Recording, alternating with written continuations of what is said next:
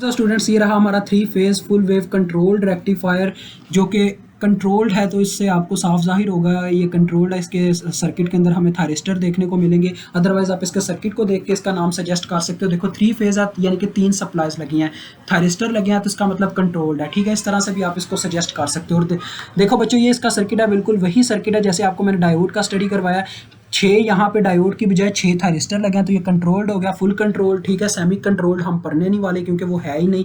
तो देखो बच्चों इसका formula same to same half control वाले हाफ वेव जो मैंने आपको पढ़ाया था 3 फेज का ऊपर वाला कंट्रोल्ड में, उससे मिलता जुलता, या 3√3 उसमें बटे में था बच्चों, 3√3 divided by 2 pi cause alpha था। यहाँ पे बस क्या हो गया, 3√3 2 खत्म हो गया बटे में से, जैसे आपका वो सिंगल फेज में हुआ था, यानी कि वहाँ पे था Vm डिवाइडेड बाई 2 पाई से हाफ वेव में, और जो दूसरा हमने किया था उसमें था Vm डिवाइडेड बाय सिर्फ पाई। इसका मतलब यहाँ पे भी वो 2 खत्म हो जाता है। ठीक है, और वी नॉट आरएमएस का जो फार्मूला, ये वी नॉट एवरेज का था, ये वी नॉट आरएमएस का फार्मूला जो होता है वो बच्चों हमारे पास क्या होता है, देखें V naught RMS is equal to, simple सी बात है। और यहाँ पे बता रहा है कि वी नॉट आरएमएस का जो फार्मूला यहाँ पे काफ़ी टफ करके लिखा हुआ है, मैंने इसको काफ़ी इजी रखा हुआ है कि V S under root of 1/पाई into under root 3 times of pi plus 3 under root 3 cos 2 alpha divided by 2। ये मैंने इसका बच्चों फार्मूला बनाया हुआ है, आपको बताऊंगा किस लॉजिक के साथ इसको बनाया हुआ है।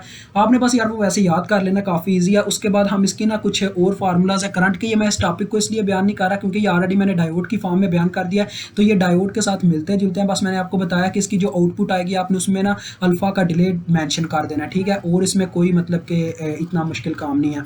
तो देखो बच्चों इन्होंने ये नीचे करंट्स की हमें बताई है कैसे आप करंट कैलकुलेट कर सकते हो। अगर आपको बच्चों सिंगल फेज में वो पूछे ना आई टी एवरेज निकाल के दो, तो आपने क्या करना है, अपनी आई नॉट करंट जो V nought average divided by R से निकलती है उसको डिवाइडेड बाय 2 कर देना। ठीक है, क्योंकि वहां पे हमारे पास 2 पे हमें तकसीम करने से एवरेज मिलती है। यहाँ पे 3 थायरिस्टर होने की वजह से नंबर ऑफ थायरिस्टर है यानी कि टोटल 6 है, लेकिन हम 3 की बात करते हैं क्योंकि एट अ टाइम 3 वर्क कर रहे होते हैं 3 फेज की वजह से, तो हम इसको 3 पे डिवाइड करते हैं। अगर I T R M S निकालनी हो तो आई नॉट की वैल्यू को हम अंडर रूट 3 से डिवाइड करते हैं। ठीक है जी, और आई पीक वैसे ही आई नॉट की इक्वल होती है।